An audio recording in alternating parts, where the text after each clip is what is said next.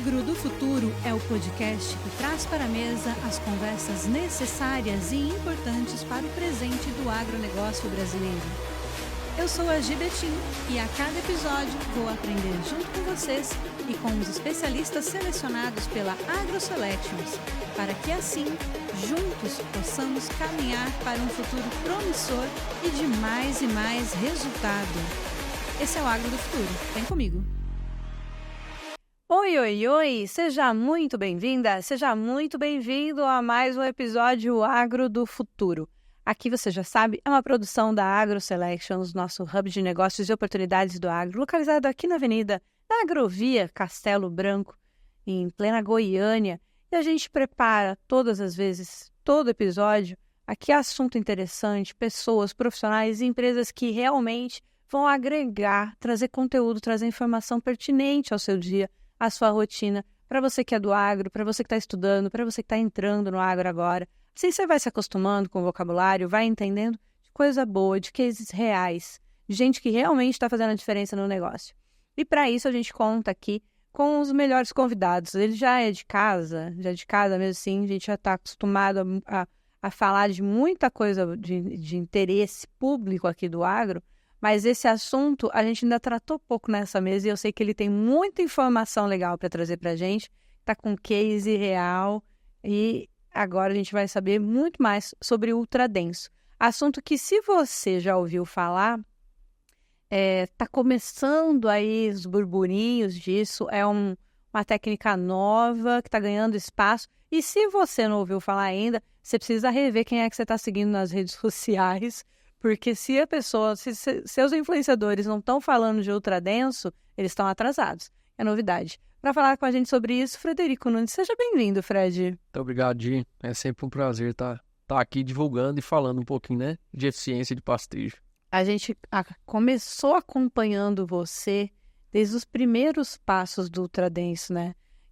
A primeira vez que a gente foi lá, como você fala em casa, ver a mexida em casa, a primeira vez que a gente foi lá, você estava ainda na primeira rodada, entendendo como que ia funcionar, e agora já são 2 anos que você aplica as técnicas do ultradenso. Mas vamos começar do começo. Começa explicando para a gente o que é o ultradenso. Vamos lá. Na primeira oportunidade eu estava testando, né, estressando todas as contas possíveis para tentar. Eu brinco que eu comecei para provar que dava errado, né? Então, eu imaginava, se der errado, a gente fecha as portas e ninguém sabe. O que seria o ultradenso? Ele não é uma técnica nova, apesar de ser uma ferramenta muito nova para o Brasil, né? Outros países, principalmente na América do Sul, países como Paraguai, Argentina, Bolívia, já fazem muito bem. Ele é uma técnica de colheita de capim. Então, a gente tem um mantra, né, que seria a maior lotação na menor área, no menor período possível. E aí, eu confesso que a vida começou a mudar, principalmente depois que a gente foi para o digital. E aí a gente precisa de entender, né? Estando no digital, a gente, além de pecuarista, além de zootecnista, além de profissional, além de técnico, você precisa ser um pouco psicólogo, né? Que aí vem muitas dores e muitas, vamos dizer assim, muitos contrapontos. A gente tem que ter habilidade para poder argumentar da melhor maneira possível.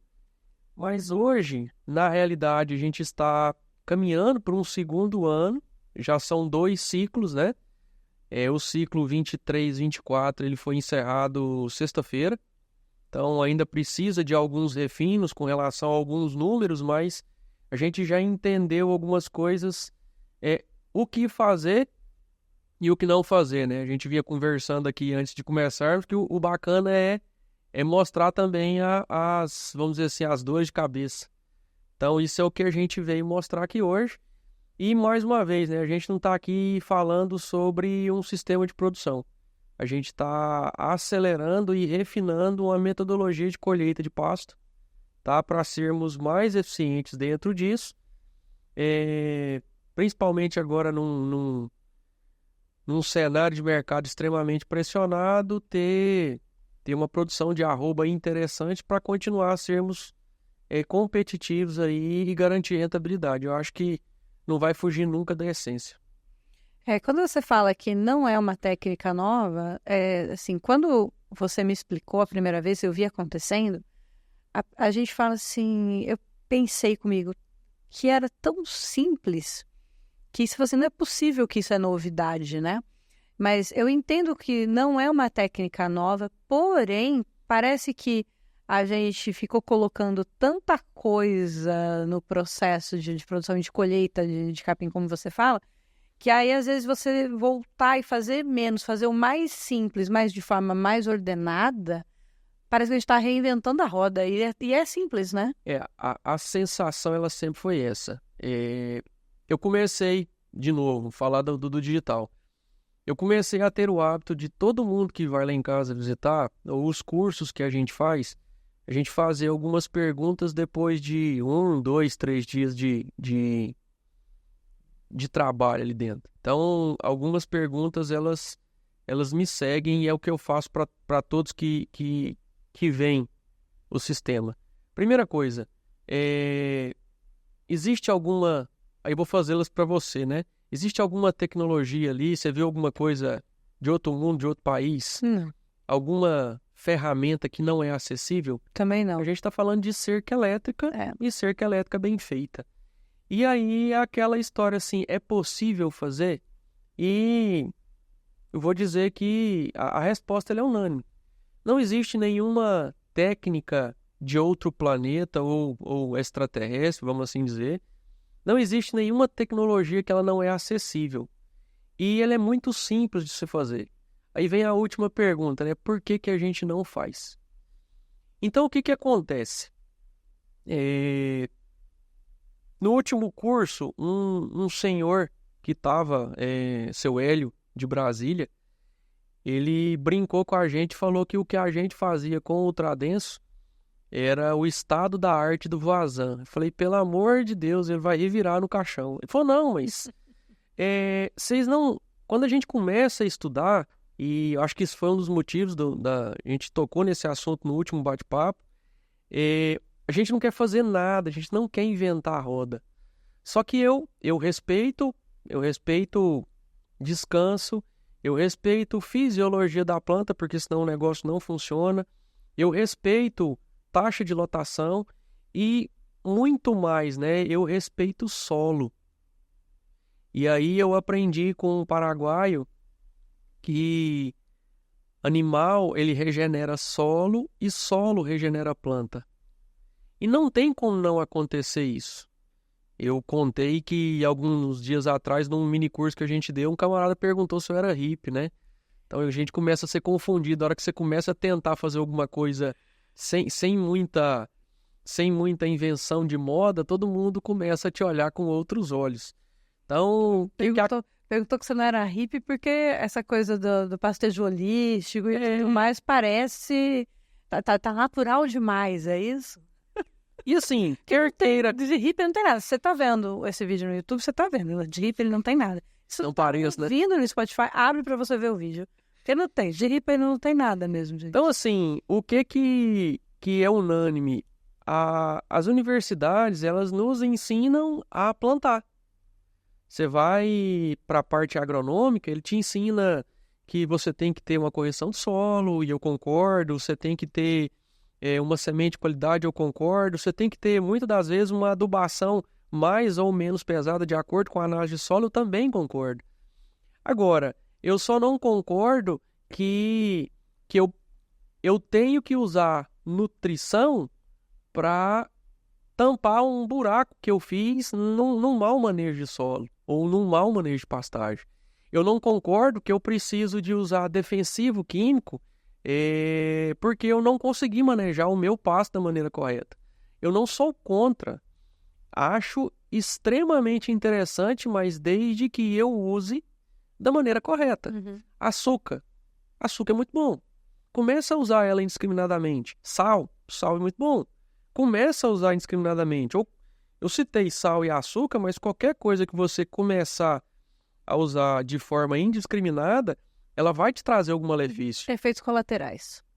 É lógico. Perfeito. Então, assim, por que que me ensinaram que animal regenera planta, aliás, animal regenera solo e solo regenera planta? Eu fui convidado, tive a oportunidade para ir para a escola de consultoria fazer um mini curso junto com o Ernesto Kozer e o Matheus, que passou uma temporada na Nova Zelândia estudando pastagem, colocando, como é o termo usado, Skin the game. Skin the a game. pele em jogo. Exatamente. Ele não foi estudar, ele botou a mão na massa.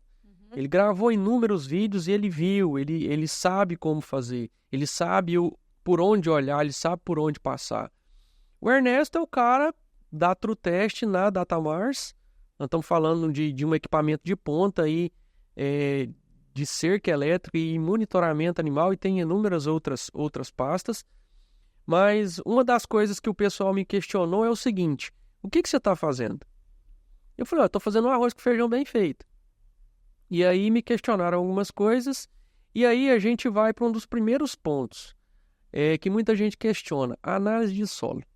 Frederico, você fez? Fiz. Eu fiz uma análise de solo antes de começar o ciclo 22-23, fiz uma análise de solo 23 antes de começar o ciclo 23-24, e aí eu notei que a camada superficial do solo, ela foi um tanto quanto degradada, vamos assim dizer.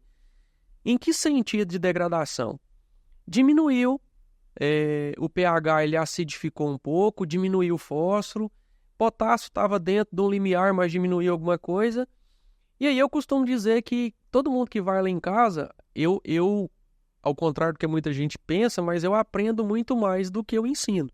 Por quê? Porque todo mundo que vai lá, seja para o curso, ou seja para alguma visita, leva alguma coisa de interessante. Alguma coisa, né? Para essa troca, né? E aí, muitas das vezes, você está tão focado numa parte que você não vê alguma outra coisa que você pensa, nossa, mas como é que eu deixei passar despercebido essa ponta?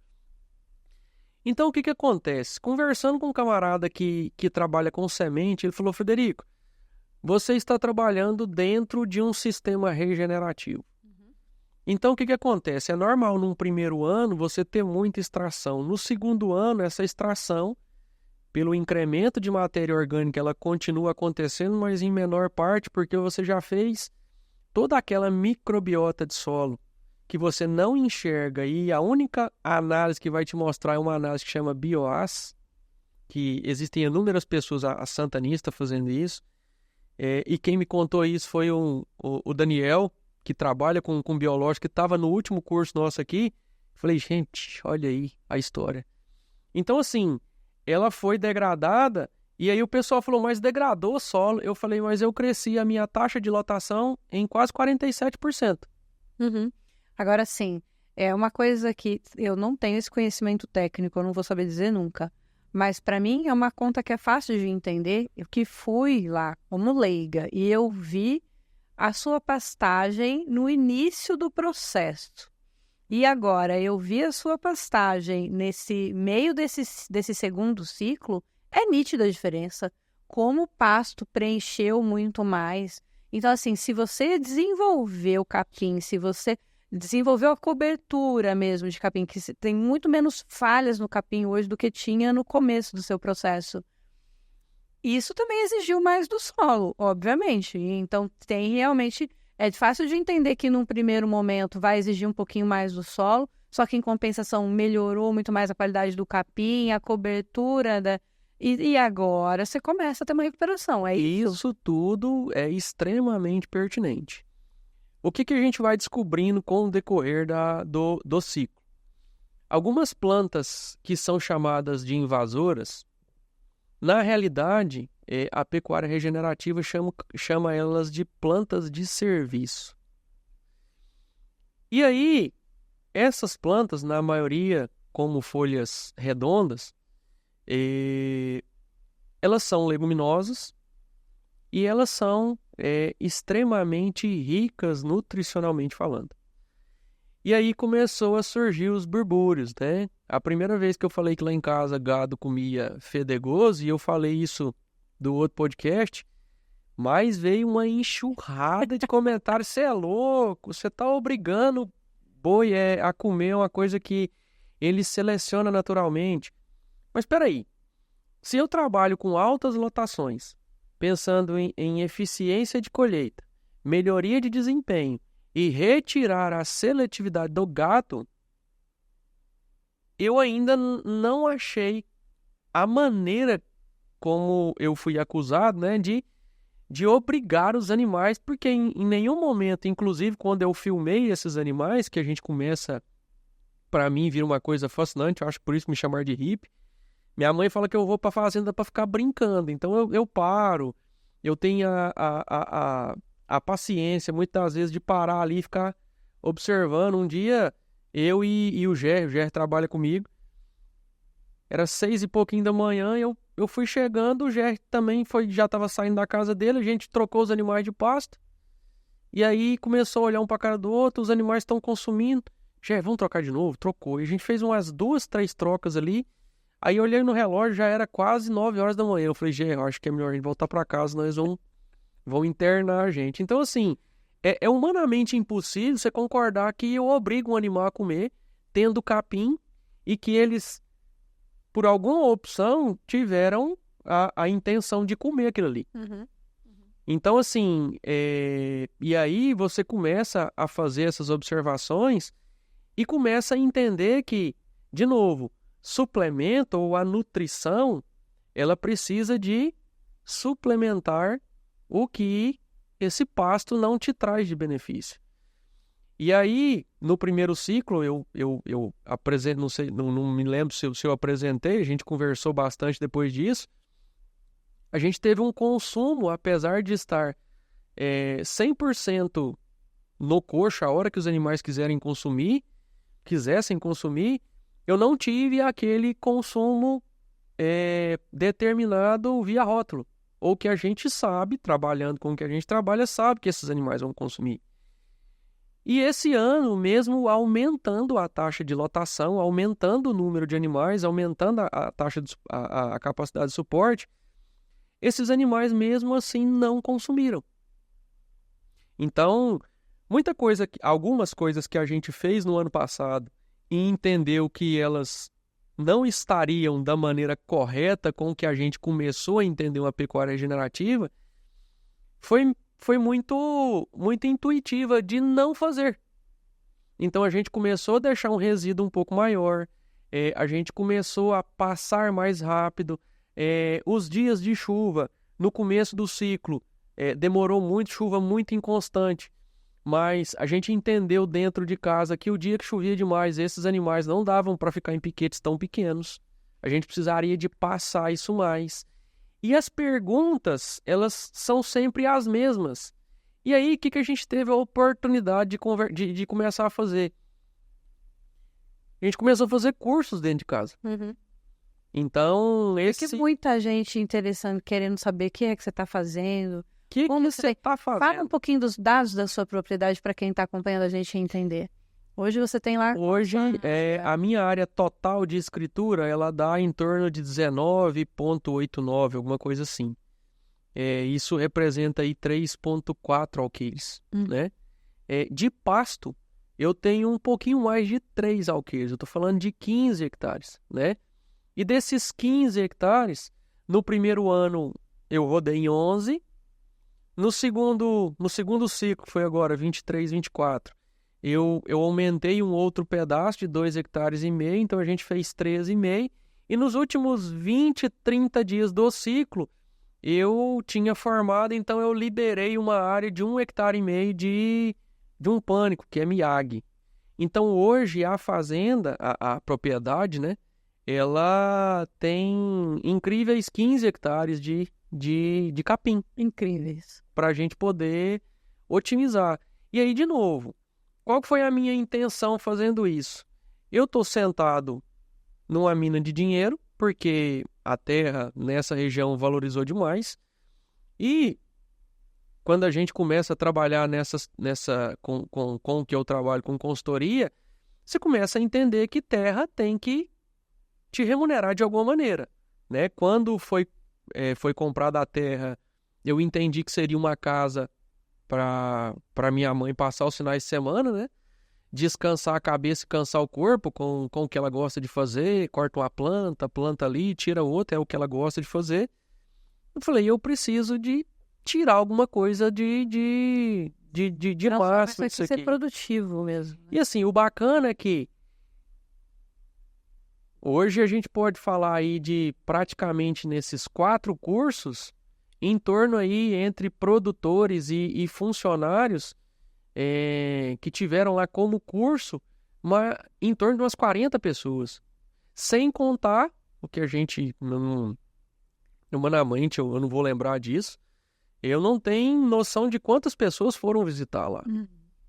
Então, inclusive, no último curso, algumas pessoas, assim, começou a chover de gente, eu não fiz o curso, não dava para ir, eu tenho um outro compromisso, mas eu queria participar do dia de campo.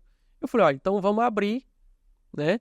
Vocês não vão entender da teoria, mas vocês vão ver. E aí a gente costuma brincar que depois de visto, é impossível desver, né? Então, assim, muita coisa, até, como você mencionou, para olhos leigos, é visível já para quem faz sentido. entende. Faz sentido. Para quem não entende tanto, já faz sentido. Quando você entende, então, tem um pouco mais de informação e usa isso no dia a dia, óbvio que algumas dúvidas vão surgir, mas é fácil de... As respostas tão fáceis também, né? São bem práticas. E aí, assim, eu fiz questão de deixar a propriedade do jeito que estava e eu não tirei nada. Eu até passou na cabeça, eu vou tirar a cerca, vou aproveitar alguma coisa. Eu falei, não. Ela tem que ficar extremamente didática. E aí, como eu mencionei, né, a gente precisa ser psicólogo. Às vezes o camarada vai para lá para conhecer, mas vai para lá também para reclamar.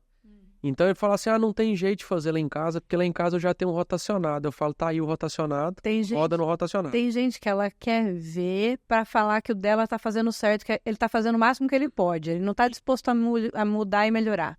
Mas daí a hora que você vai lá, você quebra as pernas, porque ele vê que tá tão fácil que é só desculpa mesmo. Outra pessoa fala assim pra mim, Frederico, não dá pra fazer porque lá em casa não tem cerca. Eu falo, tá aí o pedaço que não tem a cerca, então eu coloco e tiro de acordo com o que eu quero, que é aquela parte onde que a gente fez as primeiras gravações.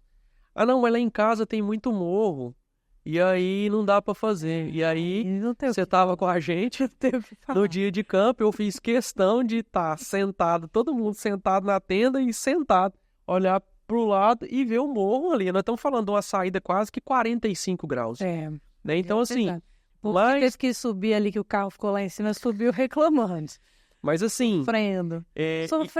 Que engraçado que o povo subiu sofrendo, mas o gado eu não vi reclamar, não. Subiu comendo bem ali. Foi bonito de ver. Então, assim, outras coisas que me reclamam. Não, aqui dá certo porque o seu gado é comercial.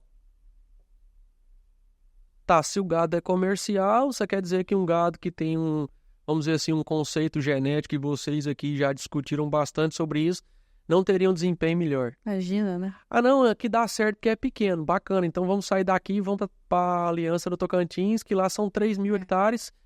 Então, assim... Uma coisa que eu ouvi lá, que mais de uma pessoa perguntou aquele dia no seu dia de campo mas isso dá certo para fêmea? Isso dá certo para grande propriedade? E aí é isso, tem uma propriedade que já é bem... um case muito interessante, que é essa do Tocantins, né? A agropecuária Kerley, ela é referência dentro do Brasil e até fora, né? Porque a Aline e o Marcos, eles estão na pecuária regenerativa já tem 10 anos. E rodando no ultradenso são 6 anos. E aí o bacana, né? A gente fez o dia de campo e o Marcos veio do Tocantins com toda a expertise e com toda a bagagem de experiência para fazer junto comigo aqui. Então a gente fez 2 dias dentro de Goiânia e eu imaginei, né? Logística melhorada, a gente conseguiu uma série de benefícios, então fez dentro do hotel. E o último dia lá em casa, que foi o que eu falei que abri para outras pessoas também. Então foi assim, foi magnífico. Eu acho que o mês de abril, ele veio para coroar muita coisa, né? Ele foi extremamente acelerado. Nós fizemos o dia de campo dia 6, dia 8 eu estava em Ribeirão Preto, foi Scott Consultoria, depois foi um mini curso dentro da Scott Consultoria, na outra semana eu estava em Porongatu, na outra semana eu fui para Gurupi, então assim, mostrando e um network extremamente acelerado e... Mas é porque, apesar dele já existir há muito tempo, agora aqui você vê realmente uma propriedade pequena como a sua, que você fez questão de deixar todas as limitações que a propriedade já tinha antes e validar, como você falou no começo, estressar todos os números, fazendo um trabalho bacana como você está fazendo e mostrando tudo isso, facilitando a informação. Aí você vê em Tocantins a Kelly com... Vamos fazer essa comparação. A sua com 15 hectares. A minha com 15 hectares, a Kelly com 3 mil. É uma diferença pequena. Eu com um lote de 88 fazendo trocas, né? Isso. E a Aline lá falando do total de animais na fazenda com 4 mil e alguma coisa. E muita fêmea, inclusive. Né? Lá ela trabalha com cria. Uhum. E aí, hoje de manhã... Tem uma produtora muito amiga da minha família, muito amiga da minha mãe, e falou, Frederico, eu preciso da sua ajuda. Eu falei, mas o que aconteceu? Eu falei, eu não tô aguentando mais. Eu falei, por quê? Tá tudo dando errado, me ajuda. E aí é aquela história assim, eu costumo dizer, quando a gente chega numa fazenda de cria, como é que tá toda a fazenda? O gado tá esparramado na fazenda inteira. E aí chega na época seca, na transição, já não tem mais capim, porque o gado consumiu, chega na época seca, você tem que sair correndo ou vendendo o gado ou alugando fazenda dos vizinhos. A Aline trabalha, né, não é à toa que é pioneira, ela trabalha com lotes maiores. Nós estamos falando aí de lotes para IATF, dentro do manejo dela, de 400 cabeças. E isso, eu acho que se você falar de um lote desse tamanho para a grande maioria dos veterinários que trabalham com IATF, eles vão falar, você é maluco da cabeça. As vacas parem, com alguns dias já entra no lote maior e eles são manejados. Aí vem todos os questionamentos que são corriqueiros. O animal vai desempenhar num lote tão grande? O que vai acontecer a hora que esse animal... O que acontece à noite? Aonde esses animais bebem água? Então, assim, a gente vem mostrando e testando muita coisa. Eu falo muito da mobilidade de todo o sistema. Uhum. Então, a Aline trabalha com um sistema de keyline, que é um sistema fantástico. Ela e o Marcos tem um baita de um know-how para poder falar sobre permaculturas, para falar sobre keyline, que nada mais é do que a captação de água da chuva por canais e comunicação entre esses canais. E aí, quem vê eu falando assim, nada mais acha que é uma coisa simples, né? Simples para quem está fazendo. Então, eu falo muito hoje de bebedouro móvel, de coxo móvel. E isso tudo, para nós que estamos fazendo, é tão simples. E a hora que você fala pro camarada, isso não tem errado e não tem certo, porque você vai ajustando, quem manda na cerca é você. E aí o cara te olha, parece que você conversou em outra língua. Eu não sei se o pessoal está acostumado a ter aquela coisa engessada, não tem que ser assim, entrou aqui, tantos dias você tira. E aí você vai tolindo o camarada de ter percepção. No último curso que teve lá em Aliança, na Agropecuária Kerley, eu tive a possibilidade de levar o GR para lá. E aí a gente parou para almoçar na fazenda de um colega. E aí o pessoal estava correndo com o manejo de ATF. E ele virou para mim e falou assim, não, vamos ali no curral, vamos ali, deixa o pessoal aqui no curral. Eu falei, vamos ali dar uma olhada no rotacionado. E o dono da propriedade falou para mim que estava pecando, estava com dificuldade por causa de mão de obra e tudo mais. E aí o GR chegou, ele falou, aqui que é o rotacionado? Eu falei, é. Ele olhou para um lado, olhou para o outro. Falou, olha, Frederico, olha aqui, ó, você estica uma cerca aqui, coloca outra de cá, faz aqui, isso aqui é fácil demais de fazer. Eu falei, GR, é fácil demais para você que está fazendo todo dia. Uhum. Sim. Mas talvez para a pessoa que ainda não fez o negócio, eu não sei quem disse essa frase, mas se a história, eu escutei o Joel J falando sobre isso, né? Que é o fácil, perdão, acho que foi ele ou foi Pablo Marçal, não sei, alguém na internet, falando sobre o fácil, o difícil e o simples. Aí você fala, como assim? Fácil ele nunca vai ser. E difícil é para quem não tenta. Para quem está fazendo todo dia, começa a ficar muito simples. Por quê? Porque você vai medindo. E é o que a gente está fazendo. Não faça isso. Eu costumo fazer isso nas fazendas que eu acompanho. Não faça isso. Não, mas eu quero fazer. Legal. Frederico, deu errado. Então vamos voltar agora e fazer do jeito que eu falei para você fazer? Lá no começo? Né? Por quê? E esse é o motivo pelo qual eu não desmanchei nada e deixei a propriedade. Apesar de não ser uma propriedade gigantesca, mas é uma propriedade que ela está lá para ser extremamente didática. Hoje a gente conseguiu transformar a propriedade num centro de treinamento exatamente para a gente ter muita coisa alcançável para mostrar no dia a dia com relação à cerca elétrica, com relação ao manejo. Você teve a oportunidade de estar lá no dia que nós abrimos o pastejo na área de 1,5 hectare. E aí eu não sei se você recorda, a hora que abriu eu falei pros meninos, marca 40 minutos no relógio.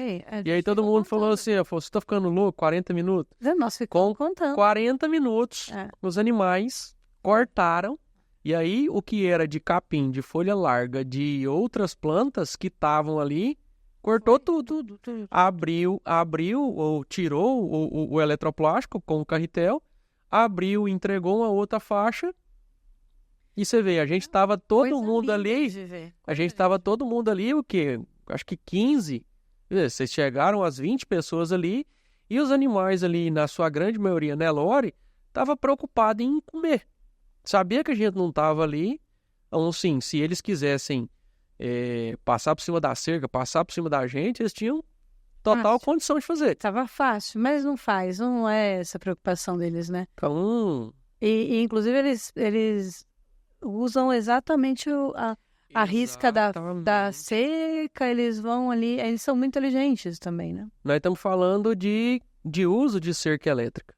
E aí também o Ernesto fala muito isso, ninguém quer colocar dinheiro bom em negócio ruim. Foi feito muita coisa errada com relação à cerca elétrica. E hoje, muita gente fala cerca elétrica não segura gado. A gente viu. Eu já tenho uma ideia totalmente diferente, porque a gente tem um aparelho bem dimensionado, usando equipamento de qualidade, com aterramento bem feito e com situações, com isoladores que realmente isolam. E eu tive a oportunidade de mostrar para você, de acordo com o que o Jerry falou para mim, os que funcionam e os que não funcionam. E tá lá. Inclusive, alguns que quebraram e foram substituídos, eu falei pro Jerry, não tira daí. Por quê? Para ter noção do que é que vai acontecer com a durabilidade de um que funciona, que tem qualidade, que tem rastreio e sabe onde foi produzido, e um outro que muitas das vezes muita gente gosta de fazer, de comprar o mais barato, mas que vai ser substituído várias e várias e várias vezes, e no final do negócio, a médio e longo prazo, vai acabar se tornando mais caro, não vai entregar o que manda, né? Então, te dá a segurança e a praticidade que você precisa para o tipo de maneira que você está fazendo. Então, hoje eu não tenho, com a graça de Deus e fazendo o que eu faço, eu não tenho medo nenhum de falar que funciona. Mas ele precisa de uma caminhada muito bem feita para a gente poder chegar no resultado que todo mundo quer, né? Muita gente quer o bônus, mas não quer o ônus, né? Então, ele precisa de caminhada, ele precisa de construção, mas ele entrega o que a gente vem pregando e o que a gente vem ensinando e discutindo aí com o pessoal que acaba acompanhando a gente nos cursos. Você está nos acompanhando? O Fred já tem muitos anos de trabalho com consultoria, atende aí empresas Brasil inteiro, tem uma experiência muito grande. Quando ele vislumbrou a técnica do ultradenso, ele ficou encantado e falou, eu vou começar a aplicar, eu vou testar, vou validar. E a primeira conversa que eu estava com ele lá na propriedade dele, eu falei assim, mas será que isso vai dar certo, Fred? Ele falou assim, eu não sei se vai dar certo, mas eu vou testar. Se tiver que dar errado, vai dar errado aqui dentro. E aí muita coisa deu certo, muita coisa deu errada. que ele realmente está testando, validando tudo isso, e ele fala com isso sem pudor nenhum. Então, o que é muito bacana, por quê? Porque facilita muito o processo de quem está chegando, quem está aprendendo. Ele já errou antes por você e ele está disposto a te falar sobre isso. Então, eu queria que você me falasse um pouquinho desses números e desse processo de evolução. O que você já identificou que dá para melhorar? O que aconteceu de um para o outro que você já mudou? Me fala um pouquinho para a gente entender esses 2 anos. Vamos lá, ciclo 22, 23. Foi o primeiro foi o teste, né? Nós começamos com áreas maiores e com poucas trocas, e é tudo muito intuitivo. Quando você começa a fazer poucas trocas, você não consegue garantir uma taxa de lotação para chamar aquilo de ultradenso. E que fique muito bem claro isso. Eu estou fazendo ultradenso. Não, você não está fazendo ultradenso. Está fazendo um rotacionado. Você está fazendo um rotacionado, às vezes, com trocas diárias, com uma modalidade, com uma taxa de lotação instantânea, que fica muito bem claro isso, a diferença entre instantâneo e global. Existe diferença entre isso. Você está fazendo um instantâneo muito maior do que um rotacionado de dias fixos, e você está sendo mais eficiente dentro do seu sistema. Quer queira, quer não, você está sendo mais eficiente em distribuição de, vamos dizer assim, de adubação, né, via excremento desses animais, fezes e urina. Só que para garantir de 800 a 1.000 As por hectare no instantâneo, isso não combina com poucas trocas. Eu vou falar para você que nós conseguimos chegar a esses números a partir de 5, 6 trocas, tá? Às vezes 4, 5, dependendo. Por que eu falo que depende? Porque é o seguinte, quem manda na hora que troca são os animais. Então, qual que é a percepção do meu pastor? Os animais começaram a se locomover muito dentro da área, tá errado. Acabou a comida. Esses animais precisam de ir à frente. É porque a gente vê mesmo que eles estão comendo, eles estão focados ali, com a cara enfiada. Muita gente me pergunta, Frederico, você não tem problema com sodomia? Eu falei, a preocupação deles é entrar dentro da área e se alimentar. Então é entrar, abaixar a cabeça, se colocar em estação alimentar e começar a consumir. E ali o que está no chão vai embora. É lógico que um ou outro anda um pouco mais ali, come aqui, come ali. E isso você consegue ver essa principalmente qualidade de forragem e resposta do que você viu com relação a rebrote e vigor de planta. Sim. Muita gente começou a me questionar com relação à altura de pastejo. Isso é fisiologia, isso é assunto para 2, 3 horas aí falando de manejo. Então, a gente estava deixando um resíduo muito baixo. Então, 22, 23. no primeiro ciclo. A gente entendeu que se eu deixo um resíduo um pouco maior, eu retorno com um intervalo de descanso menor e eu consigo fazer mais ciclos dentro de uma mesma área. Certo. Esse foi um dos pontos.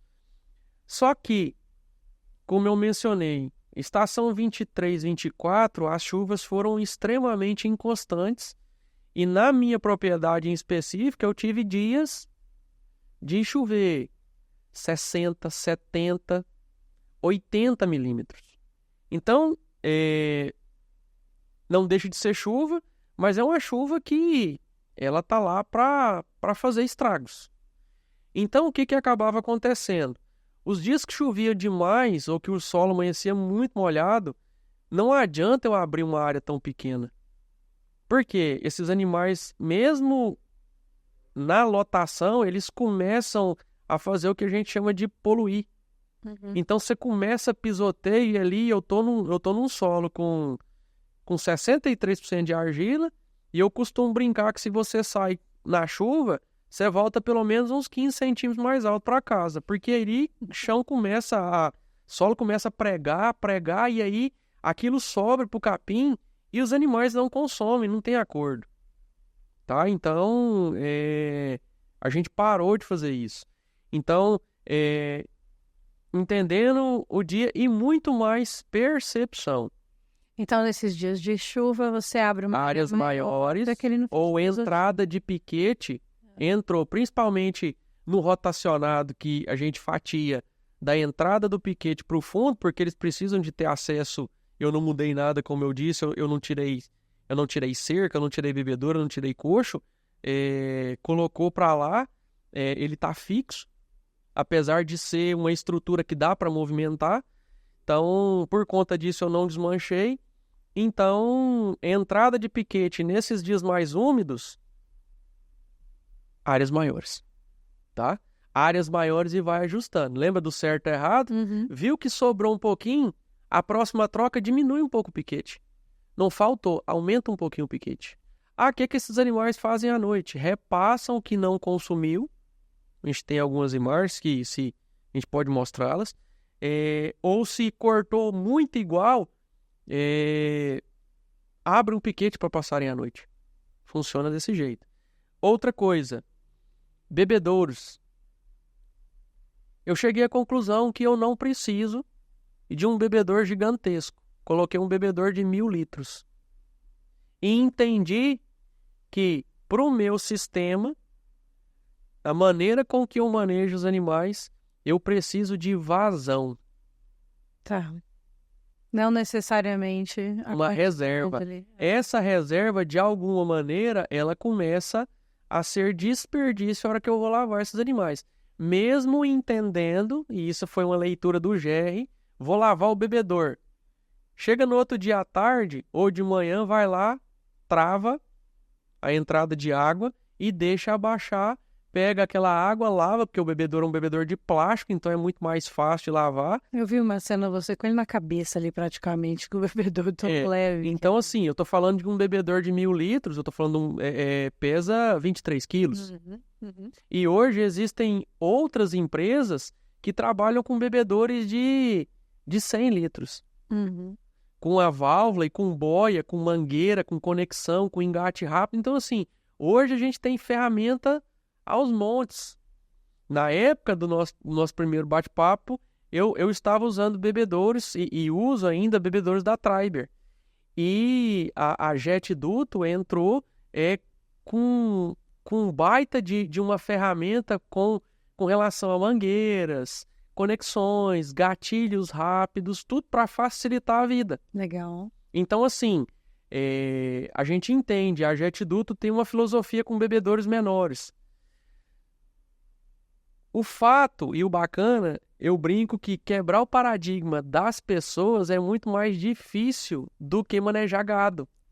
Então, aquela coisa... É mais difícil você convencer o dono da fazenda do que o gado a usar o equipamento. Por quê? Porque a gente sabe, e já fazendo, que tem argumentação e tem sentido que a gente está pregando.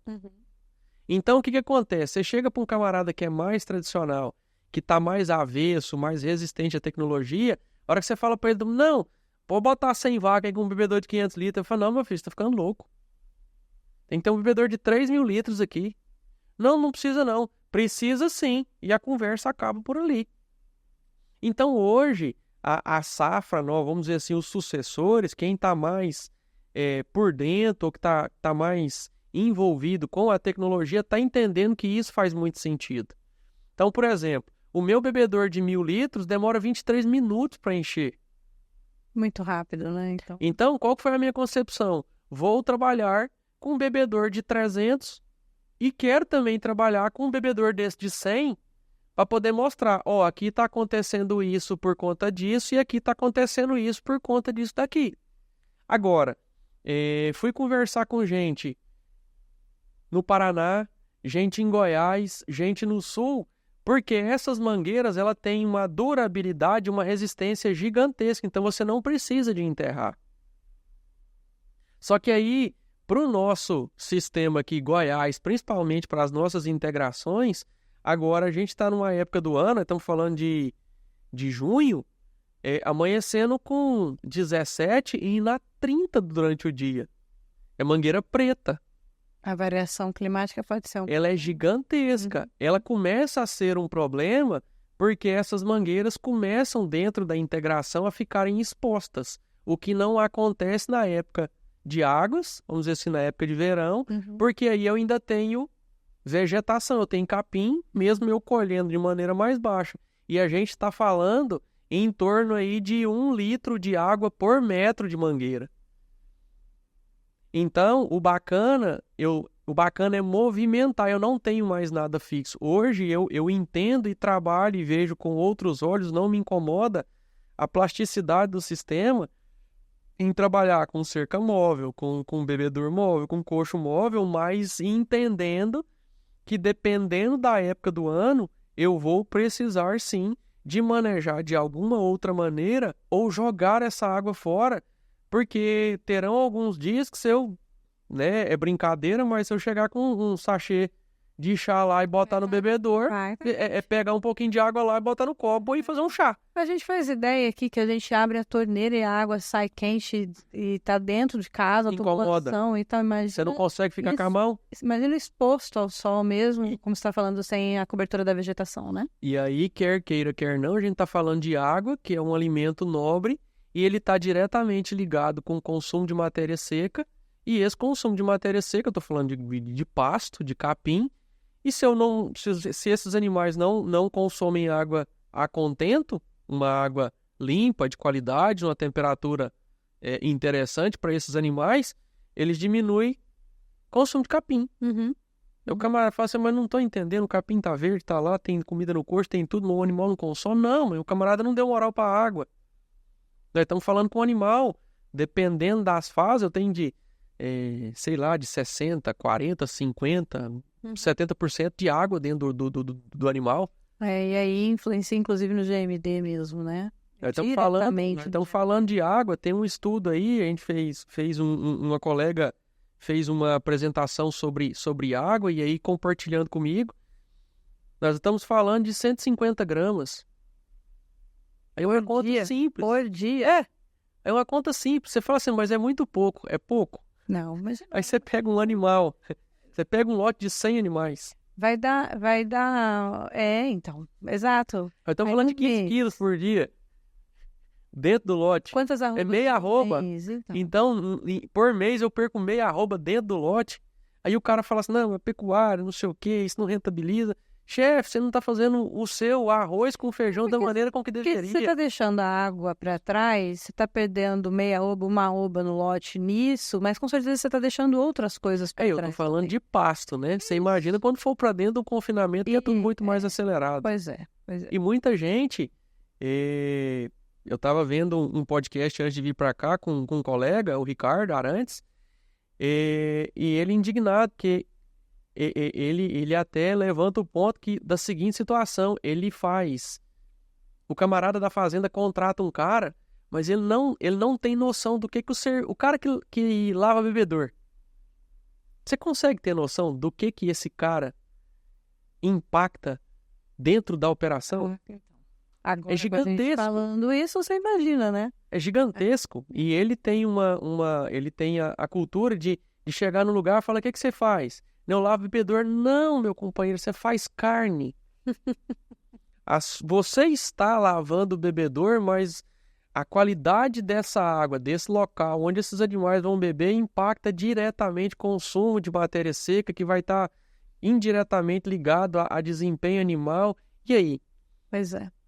Tem que ter essa consciência, porque realmente é você entender que uma decisão mal tomada aqui, né, ou que você protege de repente para lavar um coxo tempo demais, vai impactar ali na frente, e que, a meu ver, é sempre assim, se você está deixando uma coisa para trás, você pode ver que tem mais coisa que você está deixando para trás, Fred.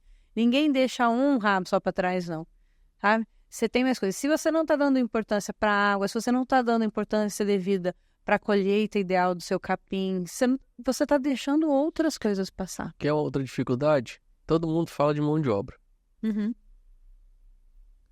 É um gargalo? Olha, pelo que eu escuto aqui, é um problemaço. Tá. A maioria vai em falta de mão de obra, agora já se fala em apagão, que é pior ainda. A maioria dessas pessoas que falam de com problema de mão de obra, pergunte a essas pessoas quantos deles investem em treinamento. Ensinam alguma coisa. Ou fala pro cara, vem aqui, eu preciso que você faça isso porque isso daqui impacta diretamente isso daqui. Uhum. Outro dia, um camarada perguntou pra mim, falou, moço, você não tem medo de perder o seu funcionário, não? Eu falei assim, eu não gostaria, mas se ele sair daqui melhor do que ele entrou, eu tenho certeza absoluta que ele vai falar de mim pra alguém. Agora, eu não posso ser medíocre ao ponto de não querer ensinar alguma coisa para o meu funcionário que está diretamente ligado ao meu resultado por medo de perdê-lo. É. Tem uma frase dessas de internet aí também que ela falava disso, que assim, quanto custa treinar um funcionário? É caro, mas certamente é muito mais barato do que manter um funcionário mal treinado, né? Porque às vezes fica com medo de perder um funcionário, mas, gente, não treinar, não capacitar bem, não dar as ferramentas certas, custam muito mais, muito mais. A importância do GR hoje. Quando você me fala toda a dinâmica, a minha visão do que eu acompanho você lá e do que eu vejo nas outras propriedades, a minha visão de fora do agro, eu sei que ela me limita em algumas coisas, parte do conhecimento técnico, tem algumas contas que eu não sei fazer, mas, por outro lado, o meu conhecimento em comportamento humano, em pessoas, me dá uma habilidade de visualizar algumas coisas que às vezes vocês estão tão dentro que vocês não enxergam, né?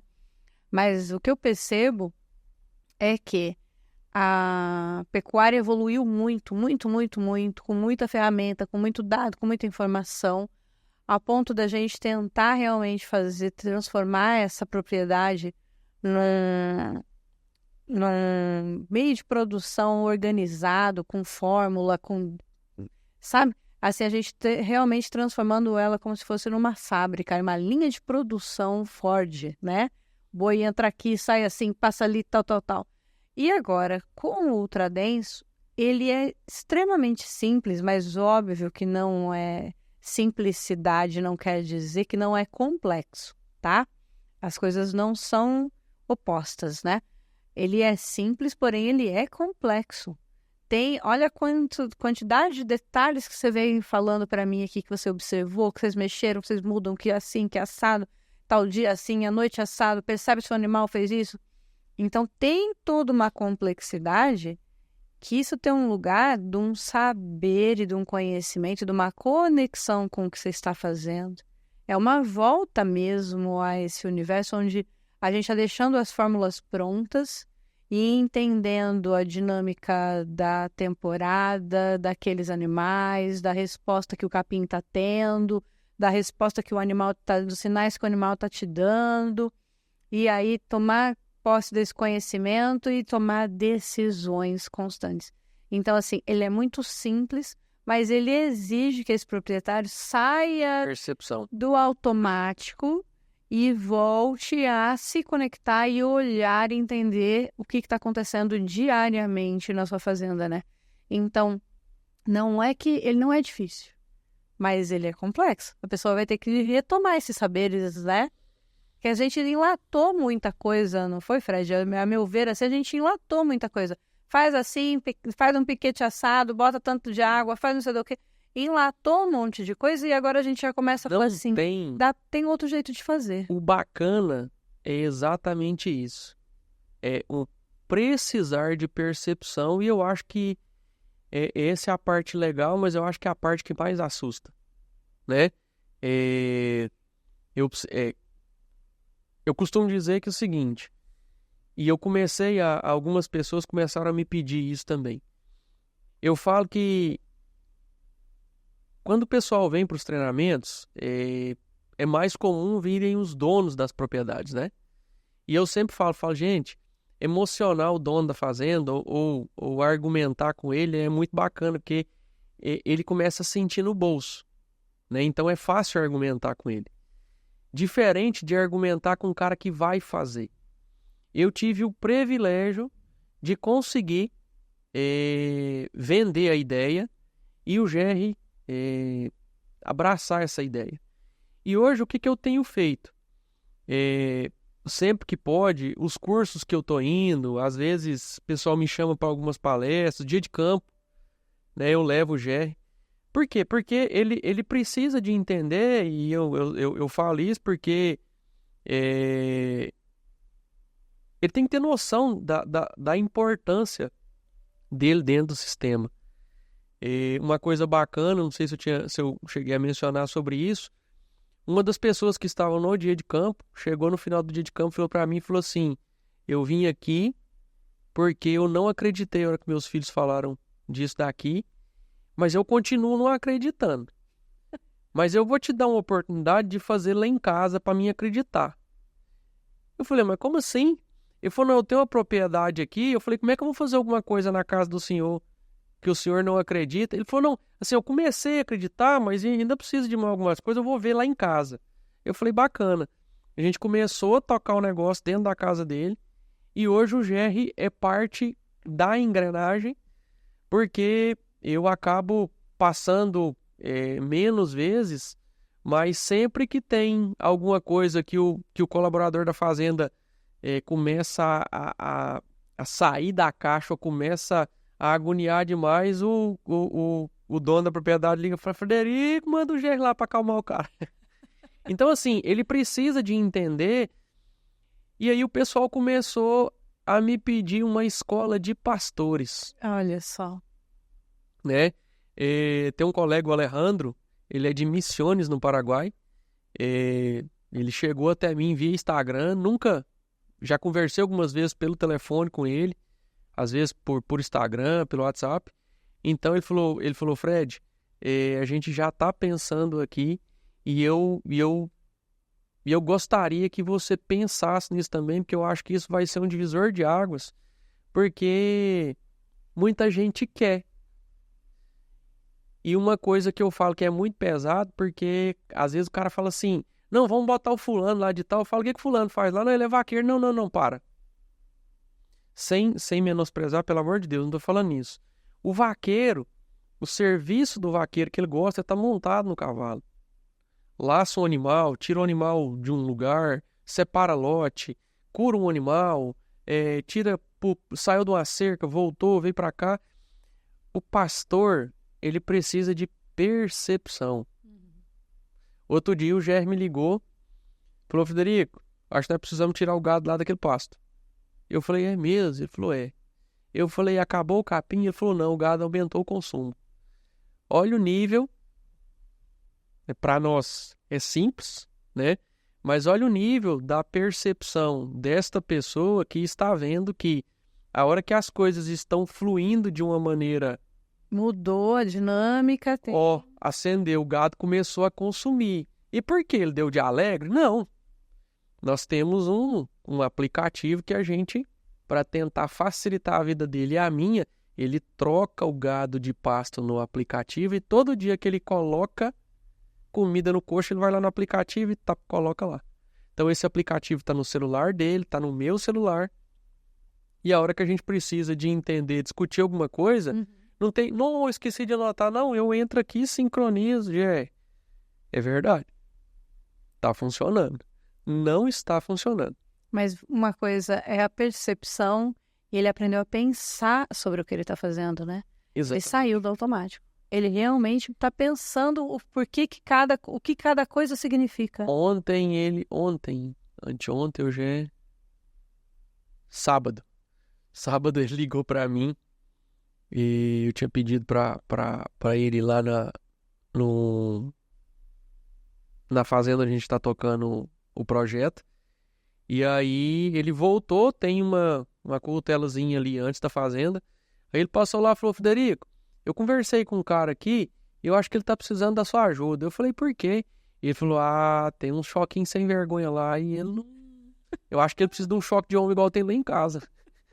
Só que o Jerry... Ele ainda, né, não é também né, não tem como ter noção. Pra ele é tudo muito simples. E aí é o que eu tento explicar pra ele. Eu falei, Gé, você já conversou com esse cara que às vezes ele tá usando esse choque porque talvez foi o que ele conseguiu comprar? Não, mas eu já falei pra ele, mostrei aqui porque o Jerry vai pros lugares E aí ele pega, ele leva as coisas lá de casa porque facilita a vida dele e ele sabe que ele pode confiar no que tá lá.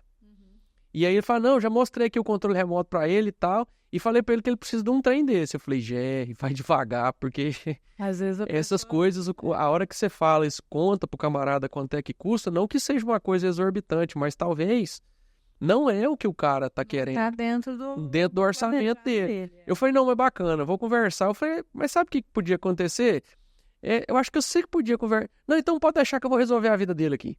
Então, e assim, dando essa... ele precisa de desenrolar. Que bacana. Ele precisa desenrolar. O Fred, mas é legal, você falou do Ricardo, e o Ricardo esteve aqui. Não gravei com ele, mas eu dirigi 2 podcasts que ele gravou aqui no estúdio, outras editorias que a gente produz aqui na Agro Selections. E aí, numa delas, ele falou sobre isso, que hoje nos treinamentos que ele faz, ele exige que esteja o patrão, o dono, e quem é que vai fazer a tocada do negócio. Ele falou, se o funcionário não estiver junto, eu não quero, o cara pode voltar embora, eu devolvo o dinheiro dele. Ele falou, porque não adianta só falar com o patrão. Então, essa valorização do funcionário, como você tem feito com o GR, de deixar ele também ganhar experiência e alçar outros voos e aumentar aí a referência dele sobre o trabalho e também virar referência para tantos outros pastores, isso é muito importante. E acho que vem bem junto com toda a dinâmica que você está fazendo de melhorar a percepção, de tratar de uma coisa mais holística, acho que você está virando hippie. Vai ver, né? Assim, eu me pareço bastante com o hippie. Não, mas voltar a olhar para o processo como um todo e que a gente precisa mesmo valorizar esse conhecimento e valorizar essas pessoas que estão fazendo. Uma coisa bacana. O curso foi no dia 28 e 29 de fevereiro. E aí, o Jerry era o único pastor que estava dentro do curso. Nós éramos praticamente 20, 25 pessoas. E aí, algumas pessoas, para minha surpresa, algumas pessoas falaram para mim, eu te sigo, eu te vejo no Instagram, você que é o Jerry. Então, assim, a gente acaba não tendo noção até aonde a gente vai. Quem que você está inspirando, né? Exatamente. E aí, em um dos dias do curso, acho que foi no primeiro dia, a gente foi para uma troca de piquete. E aí eu vi que ele chegou lá e ele ficou assim meio desconfiado e tal.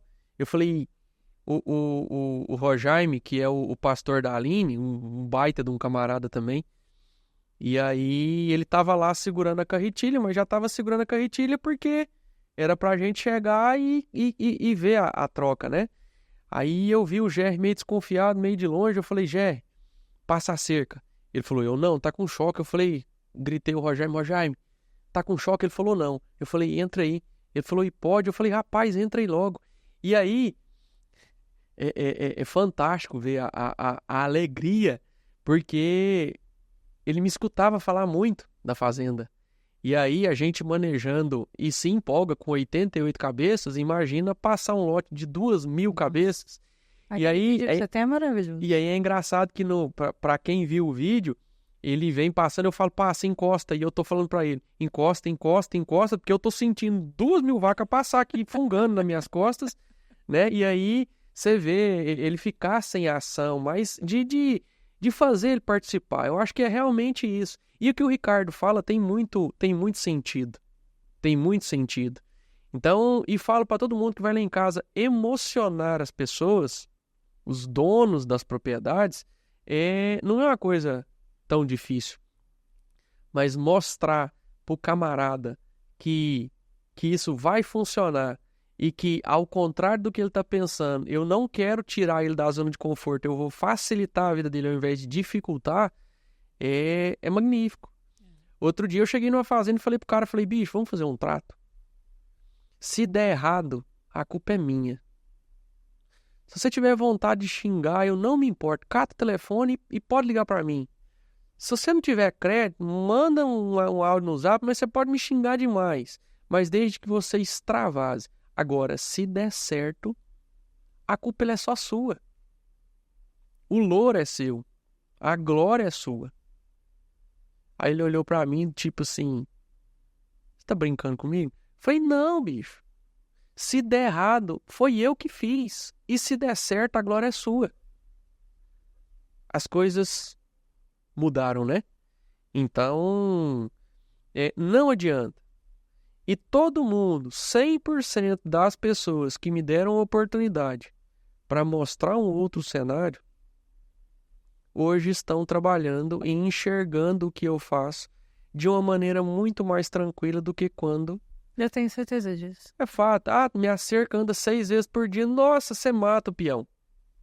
Tá lá a cara do cara que eu mato todo dia. Acabadinho, já. A gente vê. A gente vê que tá maltratado, já.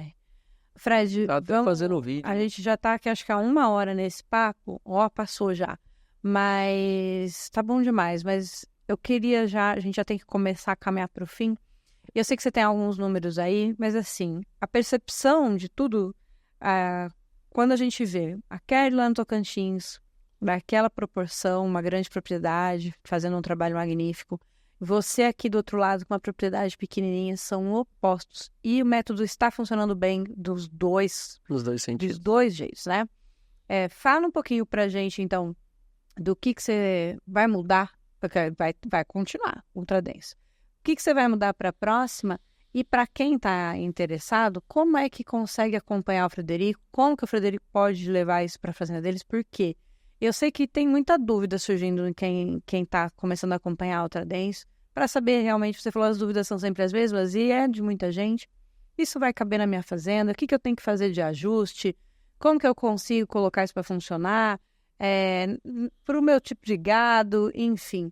Me fala um pouquinho do que você tem para 24, 25 e depois como que a gente vai conseguir acessar o Frederico. Bacana. 24, 25. Nós tínhamos uma meta de crescimento e eu vou dar um passo atrás porque eu vou fazer um ciclo com fêmea. Então, a gente quer fazer porque a gente conseguiu incrementar aí um ganho de peso até interessante com o macho. Então, a gente sabe que fêmeas têm um ponto de terminação bem menor do que do macho. Então, estudando isso e principalmente por esse desenho de ciclo virando, talvez pensar em inseminar e o que não positivar, marreta já vai com peso de abate para o frigorífico. Esse é um primeiro ponto. Acredito que a gente deve ensaiar mais ou menos com a mesma quantidade. Estou falando hoje de incremento aí de quase 47% na taxa de lotação. A gente deve estabilizar por aí para esse ciclo 24, 25, tá? Então você sai de 88, a ideia é ir para um... A gente tinha uma meta de aumentar mais uns 36% e para 120 animais eu vou dar um passo atrás, vou continuar com esses mesmos 80, 90 animais, tá? E vou para as fêmeas e trago cena dos próximos capítulos, trago os resultados. Esse ano, no 24, no 23, 24, nós tivemos um zootécnico muito bacana, mas um financeiro prejudicado pelo cenário. Então, nós estamos falando aí de 6,6% no período e 1,1% ao mês, né? Foi um ciclo aí de cerca de 6 meses. Aumentamos um pouquinho o ciclo, que no primeiro, 22, 23, foi de 167 dias. No 23, 24, a gente extrapolou 180, mas como começou mais devagar, aumentou para estabilizar. Hoje eu estou fazendo conta com 6 meses. Dúvidas, normalmente, dentro do nosso cenário águas, do nosso projeto, a gente faz alguns cursos, e aí extremamente mão na massa, tá? Então é meio que ir para dentro de casa lá, 1, 2 dias, trocando o piquete, conversar bastante com o passa GR. Os fundamentos também, mas aí a pessoa também... Aí é bem beabá, imersão total do tipo... Teoria, cansou da teoria, vamos embora pro pasto, muda, percepção de gado, troca ideia com o GR, trazer mão de obra aos colaboradores, aos que tiverem interesse, deixar ali focado com o GR, conversar na mesma sintonia, conversar no mesmo padrão. Vai ver tudo acontecendo, a cerca elétrica. Vai meter a mão no choque, vai tudo. tomar choque, porque não é se vai ou se não vai, é a hora que você vai tomar, não adianta. Ver que um choque realmente segura, não se preocupe que choque não mata. Fizemos 4 cursos, perfil no Instagram, 3F Consult. Na bio tem um link falando do curso que a gente vai fazer agora na Bahia, no 12, 13 e 14 de julho, junto com a Granja Brimbal. Você encerrou Águas, né? Encerrei meu ciclo, Mas está abrindo está começando lá. Né? E aí uma coisa bacana, o Saulo veio para Goiás, ficou aqui comigo 3 dias, ele e uma série de outras pessoas, outros produtores também, técnicos de cerca elétrica, pessoal que trabalha com semente. Veio para cá, viu o cenário e falou, rapaz, eu vou fazer isso. Testou em propriedades que eles atendem e falou, não, eu vou fazer um trem desse daqui porque eu quero fazer um curso aqui dentro de casa. E onde que eles estão? O Saulo, a Granja Brimbal, está em Conceição do Jacuípe, 20 quilômetros de Feira de Santana e 90 quilômetros de Salvador. Okay. Então, senhores que quiserem passar umas férias aí em Salvador, ou no começo ou no final, aconselho depois do curso, que aí já chega com gás total no curso, tá? E depois, passe alguns dias, julho, né? Em Salvador. Então, esse é o próximo. E da mesma maneira com que eu estou falando sobre isso, eu comecei a conversar com algumas pessoas, com alguns núcleos, né? Comecei a conversar com o Gabriel no Paraná, comecei a conversar com o Saulo na Bahia, comecei a conversar com alguns colegas no Mato Grosso. No Paraguai, tô vendo do Paraguai, mas no Paraguai, internacional. No Paraguai eu estou mais aprendendo que querendo ensinar alguma coisa. É muito troca de experiência, né? Mas assim, o bacana a minha vontade mesmo, no 22, 23 eu falei pra você que eu queria testar para saber se dava certo ou dava errado. Agora você já sabe que deu certo. Hoje eu sei que dá certo e a minha vontade hoje é ter esses núcleos. Porque aí o camarada fala assim, eu tô em tal lugar, bacana, junta a turma, eu pego a pessoa que tá lá com a experiência da região, eu trago a minha de outras regiões, daqui, a experiência da Bahia, e a gente começa a construir um network, porque é um caminho sem volta, não tem mais jeito. Então, muita gente tem acompanhado, muita gente curiosa, muita gente querendo saber sobre o sistema. Em Ribeirão Preto, as pessoas iam pro Ernesto, o que é isso que você está fazendo? Falar, eu não, quem está fazendo é aquele camarada ali. Senta ali e conversa com ele. Então, assim, a coisa tomou um rumo diferente. Não estou falando de Instagram, muita gente começou, nossa, eu te acompanho. Então, isso te dá uma visibilidade que você não tem noção de onde vai. Então, meios para me encontrar, Frederico Nunes no LinkedIn, 3F Consult no Instagram, lá dentro tem contato de WhatsApp, tem contato, vocês só não vão me achar se não quiserem. Então, de agora em diante, caminhando aí também pro digital, então vem aí um e-book, pelo amor de Deus, não estou querendo construir nada, são as minhas percepções dentro do meu sistema e nas fazendas que eu acompanho. Com seus números, com todos os meus abertos, números, talvez a mentoria também para pessoas que já têm alguma familiaridade com o sistema e querem intensificar um pouco mais, né? A gente começa, talvez o curso que a gente dá presencial também no digital, e as coisas estão caminhando nesse sentido. Eu tenho certeza que é só o início mesmo de um grande movimento, porque a gente precisa rever como nós estamos fazendo as coisas, não só na pecuária, mas na nossa vida a gente tem colocado as coisas no automático e perdido um pouco tanto das conexões, dos saberes. A gente não pensa mais. Quando eu te falei que você está ensinando o GR a pensar sobre o negócio, isso não tem preço, Fred. Sai do mecânico, né? Não tem preço, sabe? Então, aprender a pensar sobre aquilo, ter pensamento crítico sobre por que o animal está comendo mais, está comendo menos, o comportamento dele e tudo mais, isso é absurdo de diferencial. Então, saindo do mecânico e voltando, adquirindo novos saberes, fazendo essa conexão, trabalhando com inteligência, com dados e tudo mais, é o melhor caminho que eu vejo. E de forma realmente a fazer escolhas regenerativas para a propriedade, para as pessoas, para os animais, para o solo principalmente. Porque se a gente não cuidar desse solo, daqui a pouco não tem negócio que vá bem, né? Outra coisa que o Alejandro fala muito também, e a gente troca muita ideia sobre isso, ele fala assim, ó, conhecimento é bacana quando a gente passa para frente. Isso é verdade. Então não fica segurando isso não, solta, mostra para as pessoas, troca ideia com o outro, exercita o network, vai atrás, pergunta, ó, aprendi uma coisa aqui, ó, tem um trem que você falou aqui que funcionou, começa a perceber. Então hoje eu dou, como você está falando aí, eu dou muito mais peso e importância para essas percepções, que eu acho que é o que falta, né? O discernir. Por que eu faço isso desse jeito? E é o que a gente faz, né? Estou aí à disposição, sempre muito bacana conversar aqui e trocar ideia. Nós vamos deixar todos os seus contatos e você sabe que a cada passo que você der aí, você tem que essa mesa está aberta para você, microfone aberto para você falar o que precisa falar, passar a mensagem e conectar. Por quê?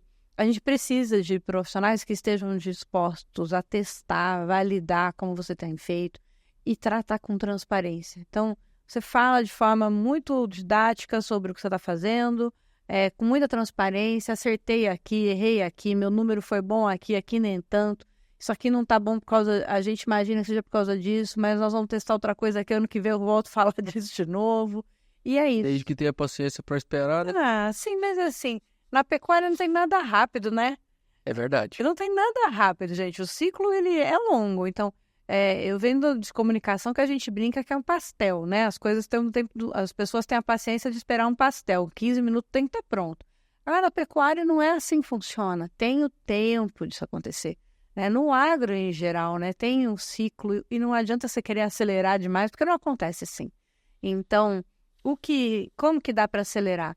Cara, uma imersão contigo, um curso desse é um conhecimento, os seus 2 anos de conhecimento você está passando para a pessoa num final de semana. Isso é acelerar. Isso eu acho que é realmente o que é possível de ser acelerado. Você pegar a expertise de alguém que está ali observando, colocando dinheiro para fazer acontecer, validando em casa, testando tudo. E aí você fala assim, deixa eu vir aqui aprender com essa pessoa. E em 2, 3 dias de curso, você adquirir esse conhecimento que levou 3 anos para ser formado, isso é uma aceleração e tanto. O último curso a gente fez desse jeito, né? Eu normalmente vinha fazendo um dia inteiro, e aí o último curso com o Marcos a gente fez em 3 dias, foram 2 dias de teoria, bem destrinchado, bem pra... Você tem projeto? Lá na sua casa tem? Então vem pra cá que eu vou rabiscar com você aqui e você vai sair daqui tendo noção. Ah, mas eu não vi, não. Espere um pouquinho que amanhã você vai ver.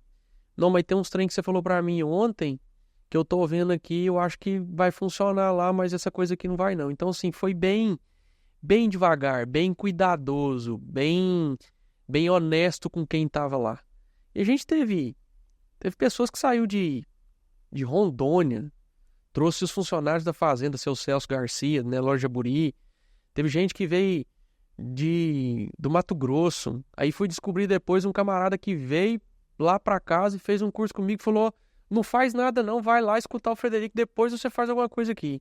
Então assim, você vai tomando, é bem aquela história do boca a boca, né? Eu nunca dei conta de vender consultoria. E aí a gente começa a tocar na dor de cada um e falou, opa, peraí, esse camarada tá fazendo alguma coisa aqui, não é possível que ele tá fazendo alguma coisa irresponsável e esse tanto de gente tá indo ali para poder ver a irresponsabilidade. Então, que fique bem claro, né? Tem argumentação, está funcionando. Ah, não, mas o meu sistema me dá tanto, bacana, fique com ele. Que bom. Tá feliz com ele? Eu quis fazer de uma maneira diferente. Tem mais de uma maneira de fazer? Tem inúmeras, né? Então, vamos ser felizes cada um com o seu e se precisar de trocar uma ideia, estou à disposição para poder destrinchar, sentar, conversar. Não, eu preciso de pegar na minha mão para fazer junto. Bacana, vamos estudar essa possibilidade, pegar na mão, vamos fazer junto. Tem que esticar, vamos embora para lá. tem que manejar gado, vamos fazer. Então, dá para fazer. É o simples, o fácil, o difícil. É isso. É o simples, o fácil e o difícil. Veja em qual caminho que você está, com a sua mentalidade pode está escolher a sua onde, dificuldade. né? Sua mentalidade está pronta para o quê? Meu caro, muito obrigado por esse papo.